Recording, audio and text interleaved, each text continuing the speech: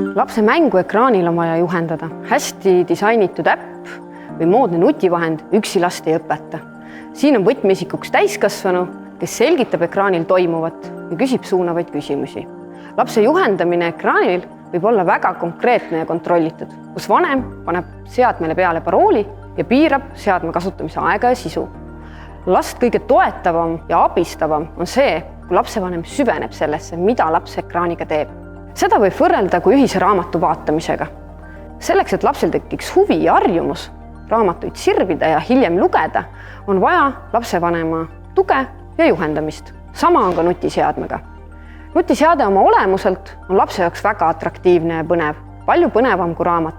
Seetõttu on täiskasvanu kohalolu äärmiselt vajalik, et ei juhtuks nii, et ühel hetkel on nutiseade nutikas lapsehoidja, mitte nutikas õpetaja. Lapse aktiivne juhendamine tähendab ühise meediakogemuse jagamist, kus lapsevanem esitab suunavaid küsimusi, palub lapsel millelegi osutada ja laps annab ka tagasisidet. Aktiivne juhendamine ei pea toimuma kogu digimängu vältel. Vanem võib selles osaleda kas mängu algatades või seda lõpetades, aga igal juhul on vanema kohalolu vajalik.